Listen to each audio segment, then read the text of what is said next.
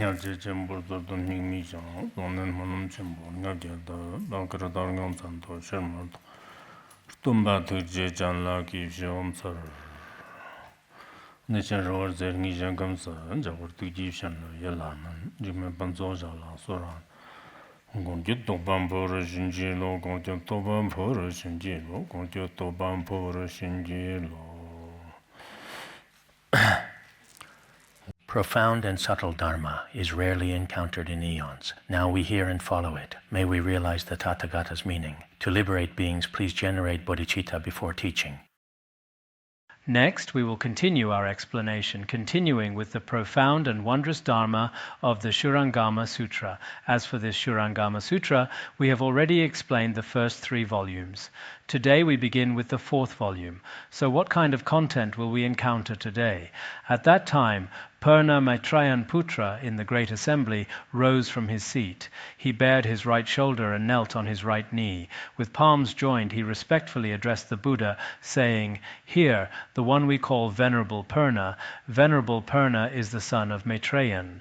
The name Maitreyan means kind conduct. It refers to compassionate and kind behavior. The son of kind conduct was named Pūrṇa.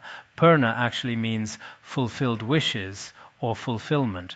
Why was he called fulfilled wishes? Before Pūrṇa was born, his father deeply wished for a child. In the end, he prayed to Brahma by the riverbank. Later, his wish was fulfilled. Therefore, he was also called fulfilled, or simply fulfillment. On the day his mother became pregnant, his mother had a dream. It was as if a vessel made of the 7 precious substances was completely filled with treasures. Then it entered their home, appearing clearly within their house, and then entered his wife's womb, something like that. Because of this, there was a sense of fullness, whether called fulfilled wishes or fulfilled son. In Tibetan, he is called Gangpo. Gangpo means the one who is full, already complete. It simply carries the meaning of fullness. Venerable Pūrṇa. As everyone knows, Venerable Pūrṇa was actually one of Shakyamuni Buddha's 10 great disciples. He was foremost in teaching the Dharma. Venerable Pūrṇa, as mentioned before, no matter where he went, his teaching of the Dharma always perfectly matched the capacities of sentient beings. Whenever he spoke, every being felt great joy. What method did he use to teach? Mainly, he taught according to different capacities, using different analogies, principles, or stories. This was how he taught. For example, when he met farmers, he used analogies that they could easily understand. When he met merchants, he taught in ways merchants could accept. If he encountered people of wisdom, he would teach what was beneficial for them as well. So in every situation, he did not simply repeat the same favorite phrase over and over again. It was not like that. Therefore, among all of the Buddha's disciples, Venerable Pūrṇa was truly exceptional. The Buddha often praised him on many occasions, especially when he went among non-Buddhists and groups without faith. He would first heal illnesses and speak about medicine, because when we speak about medicine, everyone may have physical illnesses. If they are cured, people naturally feel joyful. In the past, some great masters from the Tibetan region, when they went to the West, at the beginning would speak about worldly matters such as gardening or horse racing or archery, or how to calm the mind, or gazing at moonlight, and so on. Through this kind of approach, they gradually aroused interest in correct reasoning. Only then would they teach the profound Dharma. This is something many wise ones need to do. So here it says that Venerable Pūrṇa, among the Buddha's disciples, was truly outstanding. Now today he appears. Previously, it had always been Venerable Ananda. As for Venerable Ananda, as we explained in the previous sessions, it seems he has now attained some awakening. Of course, this awakening is not yet a very high level, because after the Buddha's parinirvana, Venerable Ananda later attained the fruition of arhatship. Regardless of that, whatever level of realization he attained, now Venerable Pūrṇa appears. He first stands up in the great assembly, bares his right shoulder, and kneels on on his right knee. With palms joined, he respectfully addresses the Buddha in this way. One could say that through this, we enter the setting of the Buddha's time. For example, we too are among the Buddha's retinue, listening as well to the Shurangama Sutra. At that moment, Venerable Pūrṇa rises, bows to the Buddha, and respectfully presents his words. O world-honored one of great majesty, you skillfully expound for sentient beings the Tathagata's ultimate truth. The world-honored one often praises me among those who teach the Dharma, saying I am foremost. Here he says, addressing the Buddha, O world-honored one of great majesty. Why is it called great majesty? When we speak of great majesty, on one hand, the Buddha's physical form, his body, is truly extraordinary, with perfect marks and features, and the power of majesty and virtue. This is beyond any doubt. But I feel what is even more important is the majestic power of the Buddha's wisdom, the virtues of wisdom, which are incomparable, as we all know. Right now we are studying only the Shurangama Sutra. Yet within the Buddha's countless sutras and treatises, within that vast ocean of scriptures and tantras, we could say this is only the tip of the iceberg, just a tiny drop. And this Shurangama Sutra, I'm afraid we will need a very long time to truly understand it. Although we study it every day, we still understand it only vaguely, not to mention us. Even Venerable Pūrṇa may also understand it only vaguely. If that is so, the majesty and virtue of the Buddha's wisdom is indeed very hard to imagine. Such a world-honored one of great majesty skillfully teaches sentient beings the Tathagata's ultimate truth. The Buddha is exceptionally skillful, but skillful in proclaiming what for sentient beings, the Tathagata's, the Buddha's most supreme, most ultimate teaching of the ultimate truth. In this process, the Buddha often recommended me to others or praised me, saying I am foremost in teaching the Dharma. Venerable Pūrṇa, without hiding anything, quite naturally says that in different situations the Buddha has said, I am foremost in teaching the Dharma. Of course, if one is foremost in teaching, he must be very well versed in the Dharma. If he were not well versed in the Dharma, it would be impossible to become foremost in teaching. So the Buddha, in various situations, has appraised me as foremost in teaching the Dharma. In fact, as for Venerable Pūrṇa, there is a sutra called the Buddha Treasury Sutra. In the Buddha Treasury Sutra, it says that not only in the presence of Shakyamuni Buddha was he foremost in teaching the Dharma, he also relied on and served in the presence of 9 billion Buddhas, and he was also outstanding in teaching the Dharma there.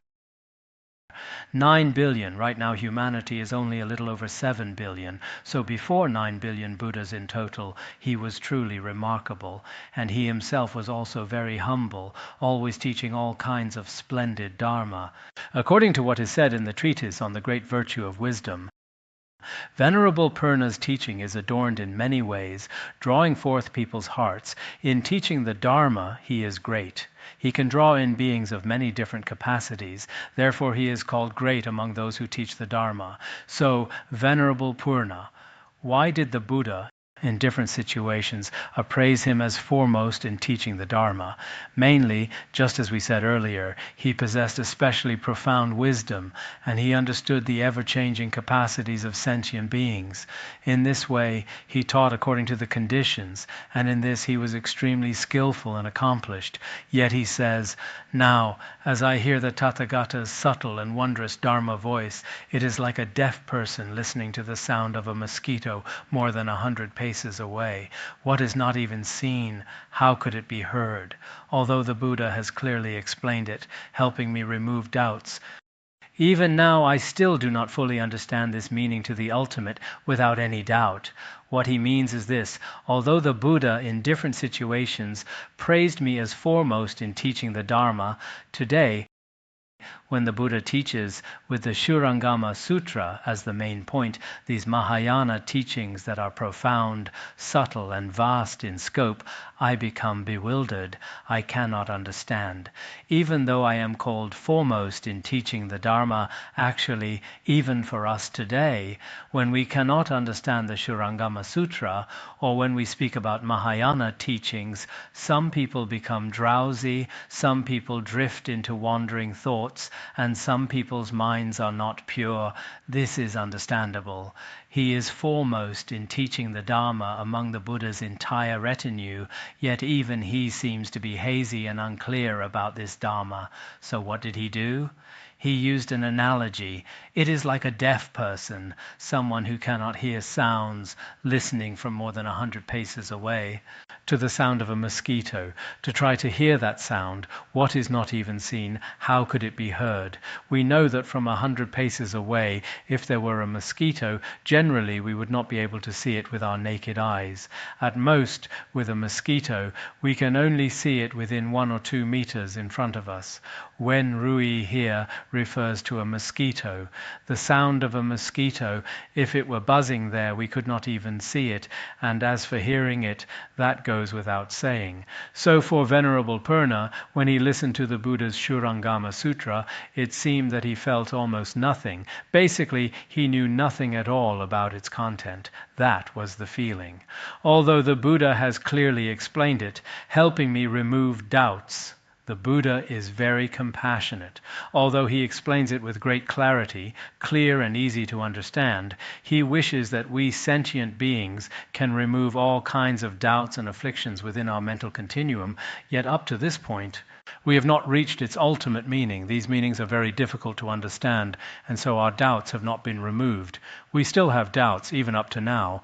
The meaning has not been fully understood, and doubts have not been cleared away. So even now, it still feels quite troublesome. The profundity of the Buddha Dharma truly is, on the one hand, perhaps it depends on what? It depends on one's own wisdom, and it also depends on faith. Generally, Mahayana practitioners have a kind of faith in the profound and vast meaning of Mahayana Buddha Dharma. If there is no faith, it is also very difficult. In Nagarjuna's treatise on the great virtue of wisdom, it says, "The power of faith comes first.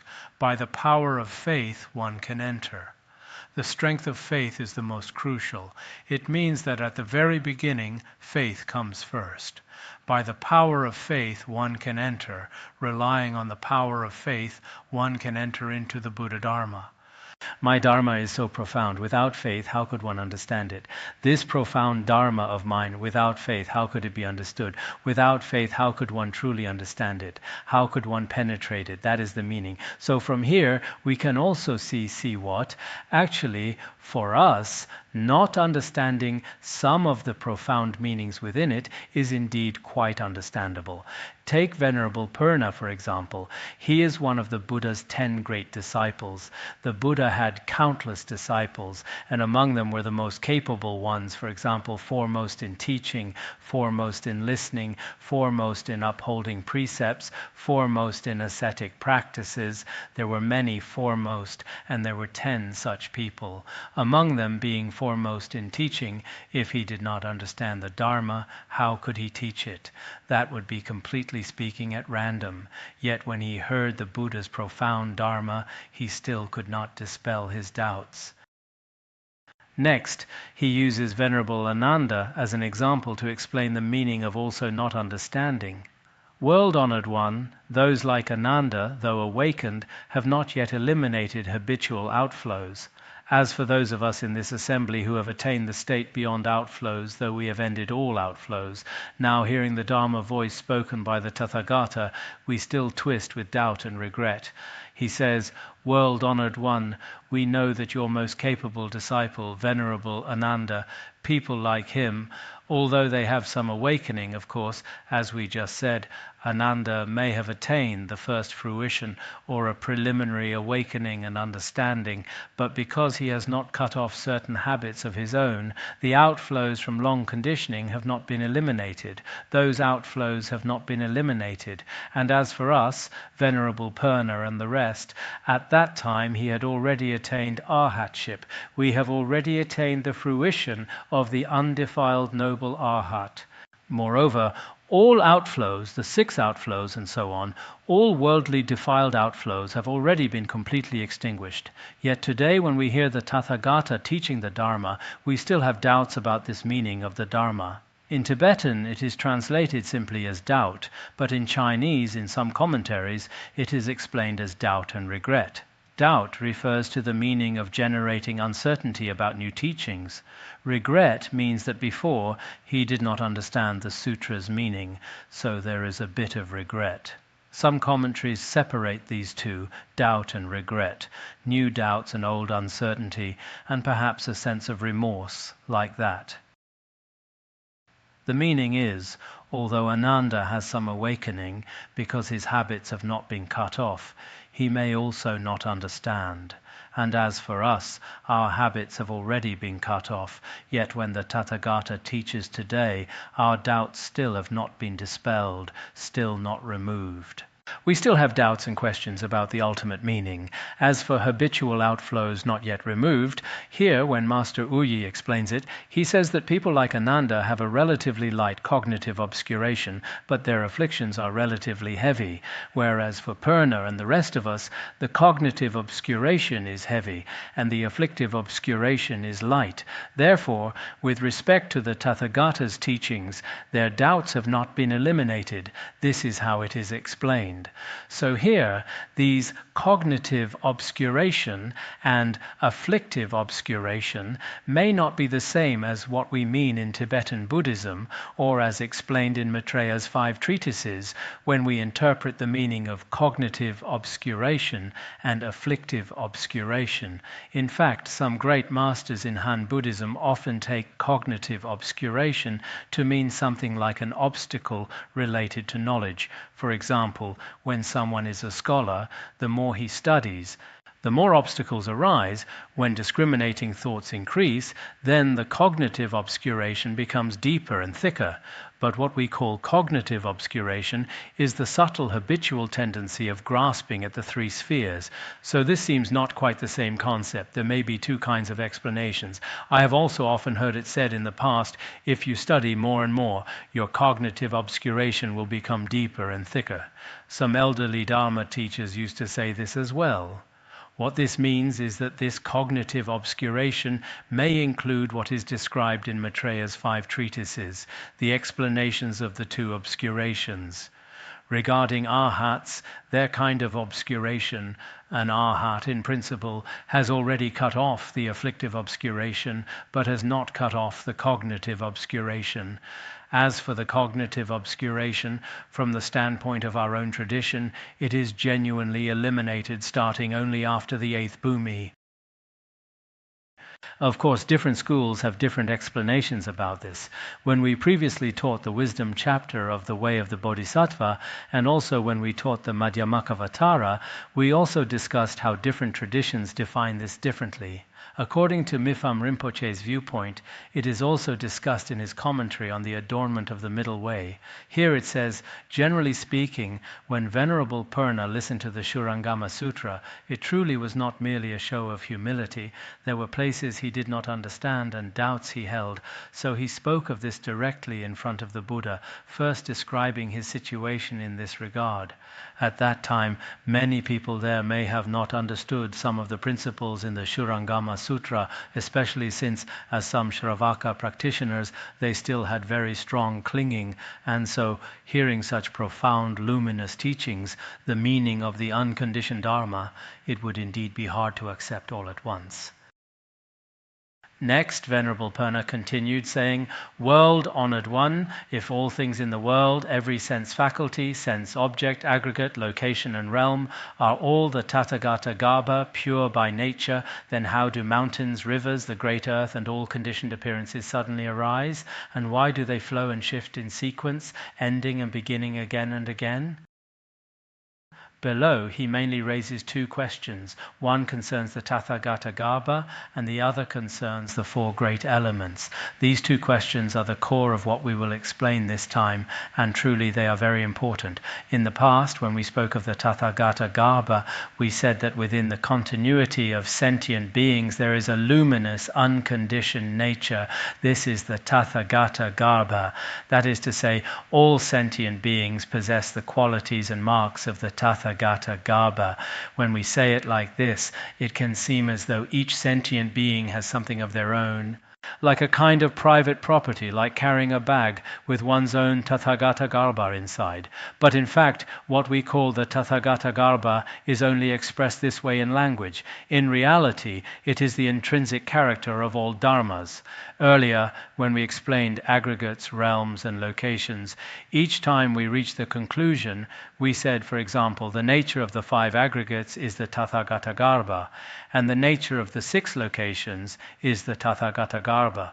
Within the luminous state of the Tathagata Garbha, all of this is beyond words. Not only the inner mind within the sentient world, but also the container world, including when we discuss the 5 aggregates, things like form and sounds. All of these are in principle dharmas that appear as external objects.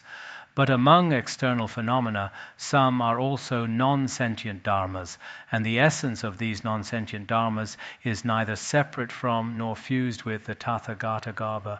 When this principle is taught, we may sometimes feel a bit at a loss. The Tathagata Garbha within the continuity of sentient beings, as we used to think of it, and the broader meaning of the Tathagata Garbha here do have a certain difference. So here, Venerable Pūrṇa raises this kind of question as well. He says, in the world, all kinds of things. In Tibetan, all can also be expressed as various, and either way conveys the meaning of many kinds. All sorts of things, such as faculties, objects, and aggregates, for example, the 5 faculties or the 22 faculties, or as for objects, the external objects, the 5 sense objects, and then the 5 aggregates, the 12 locations, the 18 realms, and so on. All are the Tathagata Garbha, all are the Tathagata Garbha. Their nature is originally pure, luminous, and naturally so. If all of these are like this, then we all know that the essence of the Tathagata Garbha is always present, unchanging and unmoving, the nature of an unconditioned dharma. Then why is it said that these suddenly arise? Mountains, rivers, and the great earth outside, as well as all kinds of things within the sentient world. As for mountains, rivers, and the great earth, they include the various appearances of formation, abiding, destruction, and emptiness in the container world. And as for the sentient world, there are beings' birth, aging, sickness, and death, and so on. Why do these appearances exist? Because the essence of the Tathagata Garbha has no appearance. So why are these conditioned appearances? Moreover, these flow and shift in sequence, moving step by step, slowly transforming and constantly changing. In the end, they begin again, ending and returning again and again. So regarding those conditioned appearances of the great earth mentioned earlier, how is it that there are conditioned appearances?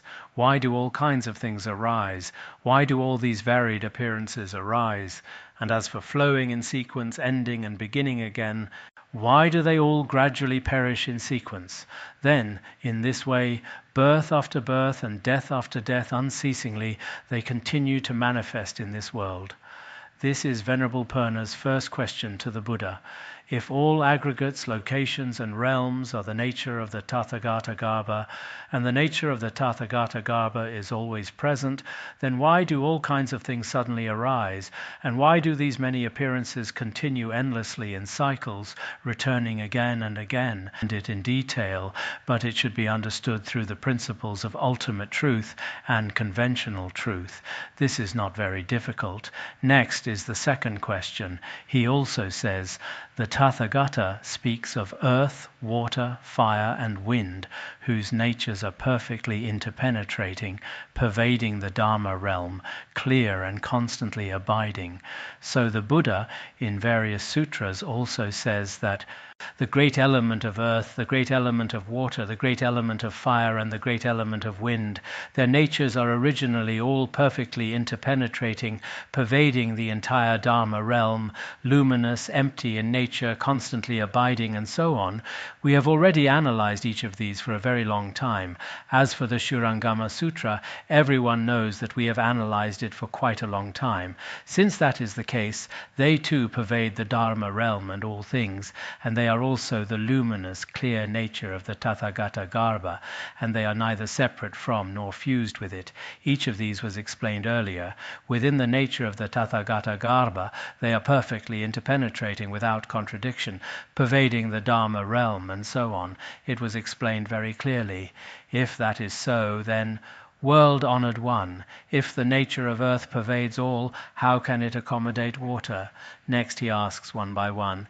If the Buddha says, earth, water, fire, and wind are all the nature of the Tathagata Garbha, or that they pervade the Dharma realm, then I ask you, world-honored one, please consider, if the nature of earth pervades everything, pervading the Dharma realm, all things, everything at all, then how could it accommodate water? Because these are two different forms. The nature of earth is hardness. Everyone knows it has the ability to support and bear. And the nature of water is moisture. These two have completely different characteristics. So if the nature of earth pervades everything, how could water have any chance to be accommodated within it? This is one small question, and then he continues. If the nature of water pervades all, then fire would not arise. How then can it be said that the two natures, water and fire, I'm not sure whether this question mark should connect with what follows, right? Both pervade empty space without encroaching on or destroying each other. He says, if the nature of water also pervades the Dharma realm, if the nature of water pervades the Dharma realm, then fire surely could not arise because water and fire oppose each other. They are two contradictory elements, so if the nature of water pervades all, then fire could not possibly arise. If fire cannot arise, then why does it say that the two natures, water and fire, both pervade empty space? And when they pervade empty space, within empty space, they do not encroach on or extinguish each other. If these two are contradictory, then within empty space, how could they not end up destroying one another? Because empty space has no obstruction. And the nature of water also pervades everything, and the nature of fire also pervades everything. In that case, throughout the entire realm of space, fire and water would be pervading at the same time. If they pervade simultaneously as two contradictory dharmas, why do they not oppose each other? For example, if the power of fire is strong, water would never exist. If the power of water is strong, fire would never exist. Why is it that these two do not become causes that harm each other? Actually, this question is something we may also think about in daily life. If one has not truly understood their real nature, then in conventional terms, earth, water, fire, and wind are completely different kinds of dharmas. World-honored one, the nature of earth obstructs, while the nature of space is open and unobstructed. How can both pervade the Dharma realm? There is another question, because the nature of earth is obstructive and also hard. Its very substance, no matter what, wherever there is earth, when we come into contact there is obstruction. But the nature of space, wherever it is, has no obstruction. It is unobstructed. So why do these two pervade the Dharma realm? These two are completely incompatible, or rather, earth and space have two different natures. One is obstructive, one is unobstructed, yet at the same time they pervade the entire Dharma realm. When it says pervading the entire Dharma realm here, it does not mean here there is nothing to place, or here there is space, here there is the great earth. It is not like that. Rather, for any Dharma, within the Dharma realm there is none that it does not pervade. All of them pervade. If so, how can one be obstructive and one unobstructed, and yet both pervade the entire Dharma realm? And I do not know where this meaning is pointing. So Venerable Pūrṇa, truly, regarding these principles, I do not know where this meaning leads. That means he, Venerable Pūrṇa, did not know these hidden intentions. He did not know their root basis, nor their true meaning. He then says, I only pray that the Tathagata will pour forth great compassion and dispel my clouds of confusion, as well as those of the entire assembly. After saying this, he prostrated fully, with the 5 parts of his body touching the ground, yearning reverently for the Tathagata's unsurpassed compassionate instruction. Here, it means that he is beseeching the Buddha of great compassion, that you should pour forth great compassion and great mercy to open up for me and for all the many sentient beings present the dark clouds of confusion in our hearts, so that the Buddha turns the Dharma wheel and dispels for each of us sentient beings the clouds of confusion within the continuity of our minds. After making this request, Venerable Pūrṇa himself then began in front of the Buddha to prostrate fully, with the 5 parts of his body touching the ground, first paying homage. Then he yearned reverently for the Tathagata. Yearning reverently is like when our mouth is dry and we long for a drink, longing for water. With reverence we thirst and long. Long for what? For the Tathagata's unsurpassed compassionate teachings. Here he is especially devout with this kind of attitude before the Buddha, seeking the Dharma with sincere respect. Actually, within our own mental continuum, if there is arrogance or jealousy, or if we are covered by some affliction, we may not recognize the Buddha's qualities at all. In our daily life as well, when our mind stream is covered by afflictions, we also will not recognize the qualities of the one who teaches the Dharma. But here we can see that in fact Venerable Pūrṇa had no arrogance at all, and moreover he knew that when he could not understand or could not follow, he spoke of it directly in front of the Buddha and the assembly. If we were arrogant people in such a great gathering with so many people, we might feel too embarrassed to say we do not understand. If we do not understand, we might pretend we do. I think we would perhaps just nod and say, I understand, like that. But Venerable Pūrṇa was very direct. In front of the Buddha, he said, actually, I may not understand. If we do not understand, some of us, when we do not understand, may blame the teacher, blame the Dharma teacher, perhaps saying he did not teach well or something like that. Perhaps in real life, some people truly do not teach very well. This can happen. But some people, because their mind stream is covered by wrong views, even if the other person teaches extremely well, still may not understand. This can happen too. So, of course, the Buddha's teaching was certainly excellent, but if Venerable Pūrṇa could not understand, he did not nitpick or criticize, saying the Buddha this or that, saying in that place he did not explain well. And because of that, I have obstacles in understanding the meaning of the Dharma. All of his obstacles were not pushed onto the Buddha's teaching. He attributed them entirely to his own lack of understanding, to his own ignorance. How can my confused clouds and those of sentient beings be dispelled? I request the Buddha to explain it for me. This was his attitude. So sometimes when we listen to the Dharma, there truly are some people whose mind stream is filled with wrong notions and wrong views, and so they gain nothing from the Dharma's meaning. They obtain nothing at all. At that time, they blame the Dharma teacher, or blame the Dharma, or say that because of the whole environment, it brought them all kinds of obstacles. Otherwise, surely I would have realized long ago, mastered it, and so on. But generally speaking, this may be what we see in the world from people who are rather arrogant or rather ignorant, or those with excessive pride. From the principles above, we can also know that Venerable Pūrṇa truly was so remarkable. Among the Buddha's direct disciples, he was foremost in teaching the Dharma, and he was so devout. So I also hope that some among us, no matter which Dharma teacher you listen to, if in worldly life you previously had a bit of learning, a bit of knowledge, or if within a Buddhist community you have spent quite a long time, you should also often examine your own mind stream again and again. If Venerable Pūrṇa in front of the Buddha found the Shurangama Sutra quite difficult to follow, he did not say the other person taught poorly, he spoke too deeply, he spoke too wordily, or he spoke too briefly. When some people pick faults with a Dharma teacher, they have an especially rich vocabulary, yet when they themselves speak, not to mention profound meaning, sometimes they cannot even get through the plain, literal meaning. There are such situations. So later, as a habit, if there truly are some practical circumstances, it is not that one can never speak of them. One may speak of them. But for some people, because of their own obstacles, to blame the faults on the one who teaches the Dharma, may not be a very good thing. I think that if Venerable Pūrṇa were to try to pick faults with the Buddha, perhaps he could not find any, because the Buddha is omniscient.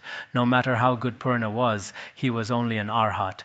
But among the Buddha's disciples, who were like a sky full of stars, he surely knew how to speak well. So, in front of everyone, if he wanted to speak words of slander, like in the past, Bhiksu Sunaksatra and Devadatta, they did not care at all. In front of others, they often spoke of the Buddha's faults. If Venerable Pūrṇa were also like that, I believe his eloquence would be very strong. Otherwise, it would be impossible for him to attract so many sentient beings of different capacities. So he should be a role model for us. When we do not understand, we blame ourselves. Indeed, that should be the case, at least sometimes. It may be that our karmic force from past lives is quite heavy, especially obstacles to the Dharma. So when we listen to the Dharma, we simply cannot enter into it. Some of us in the worldly sphere know all kinds of things, music, opera, architecture, and so on. There is nothing we do not seem to know. But once we hear the Buddha Dharma, we cannot even remember it. And even if we remember it, we cannot express it. What we do say is still very superficial and simple, and we simply cannot explore it more deeply to seek its ultimate and profound intent. This shows that some among us, since beginningless time, have not formed excellent karmic connections with the Buddha Dharma, and so in this very life we can still feel rather lost, unable to give rise to faith in the Dharma, facing all kinds of obstacles. Everyone should be clear about this point. Next, at that time, the world-honored one spoke to Pūrṇa and to the arhats in the assembly who had ended all outflows and had nothing further to learn. The Tathagata today, for this entire assembly, will explain the true nature of the ultimate within the ultimate. Here it says that at this time, the Buddha told Venerable Pūrṇa, as well as everyone present within this extremely magnificent and awe-inspiring assembly, in this great Shurangama Dharma assembly, the arhats who had exhausted all outflows and were beyond further training. There were likely many of them. Perhaps a few, such as Ananda, had not yet exhausted all outflows. There were such exceptions, but most were arhats who had exhausted the outflows. They had already reached the most ultimate level among arhats. Within this group then said, the Tathagata today, universally for this great Shurangama Dharma assembly, will explain the true nature of the ultimate within the ultimate. Here, he is preparing to teach the most profound Dharma within the most profound, what we might call the refined treasury, the essence, the most profound quintessential Dharma. When Master Hanshan explains it, he says that the true ultimate within the ultimate here can be divided into 4 aspects of ultimate. First is the worldly ultimate. As for the worldly ultimate, it refers to aggregates, realms, and locations. This is called the worldly ultimate, because even within the world, this is a relatively ultimate meaning. Then there is the ultimate of reasoning, which teaches the 4 noble truths, the truths of suffering, origin, cessation, and the path. Then there is the realized ultimate, which speaks of the true suchness of the 2 emptinesses, namely, no self of persons and no self of phenomena. As for this suchness of the 2 emptinesses, it may mainly refer to what arhats realize. And the ultimate of ultimates is called the one true Dharma realm. In Mahayana, we speak of the most ultimate suchness, Dharma realm, the one vehicle, Dharma realm. So here, the most profound within the profound, actually, the meaning of true profundity within profundity is like what we studied before in Madhyamaka, the genuine ultimate truth. In Madhyamaka, we often speak of the approximate ultimate truth and the genuine ultimate truth. As for the genuine ultimate truth, it is in fact free from all elaborations, the most ultimate meaning where appearance and emptiness are non-dual. This is called the genuine ultimate truth. So today, in such a setting, with Venerable Pūrṇa as the main one, among all these great arhats, the Buddha is going to explain something especially profound, because the questions asked earlier were very profound, and without a very profound principle, perhaps they would not be convinced either. He will explain this meaning of true profundity, so that the fixed nature Shravakas in your assembly and all those who have not yet realized the two emptinesses, as well as the arhats who dedicate their aspiration toward the great vehicle, may all attain the quiescent ground of the one vehicle, the true Aranya, the place of correct practice. This is what the Buddha says. Today, within this great Shurangama Dharma assembly, there are sentient beings of different capacities. Some are fixed nature Shravakas. Their spiritual lineage is already determined. Relying on the Shravaka path of their own tradition, they will definitely attain arhatship, and for the time being, they will not enter the Mahayana, or rather, they are not the kind who cut off their wholesome roots. This is what is called fixed nature Shravakas. There is also another kind, the non-fixed Shravakas. What does non-fixed mean? Previously, they had the Shravaka lineage, but later, through the care and guidance of good spiritual friends, outer and inner, they will ultimately turn toward entering the Mahayana. Here it says, all those who have not yet attained the two emptinesses, those who have not realized the two emptinesses, those who have not realized the two emptinesses, but aspire to the Mahayana, they dedicate their efforts to the great vehicle. They have not yet realized the two emptinesses, but they are still aspiring towards the great vehicle. These arhats, whether fixed-natured or not, some have determined spiritual lineages, others have undefined lineages. There are those whose spiritual lineage is undetermined. These beings are destined to attain the one vehicle of quiescence, as well as the true Aranya and the true place of correct practice. The Buddha is going to explain these three states. Today, the Buddha will explain the most profound Dharma for those of different spiritual capacities. One is directly from the Shravaka lineage, one is directly from the Mahayana lineage, and another is someone who first enters the small vehicle and later enters the great vehicle, non-fixed. As for those entering the great vehicle, they may now be like arhats in this Shurangama assembly. Many arhats present here, these arhats, whether fixed-natured or non-fixed, or purely from the Mahayana lineage, I will explain to you how to attain the one vehicle's quiescent realm. This is the ultimate state of nirvana, also the true aranya, the true place of practice. This means practice without distraction. It refers to great tranquility and stillness. This refers to the state of the Shurangama king, which pertains to meditation. The aranya is a state of serenity. We say aranya as referring to quietude, the place of tranquility. Then there is the true practice. True practice should be free from all wrong practices, and it refers to the right path. Thus, the Buddha will explain this practice.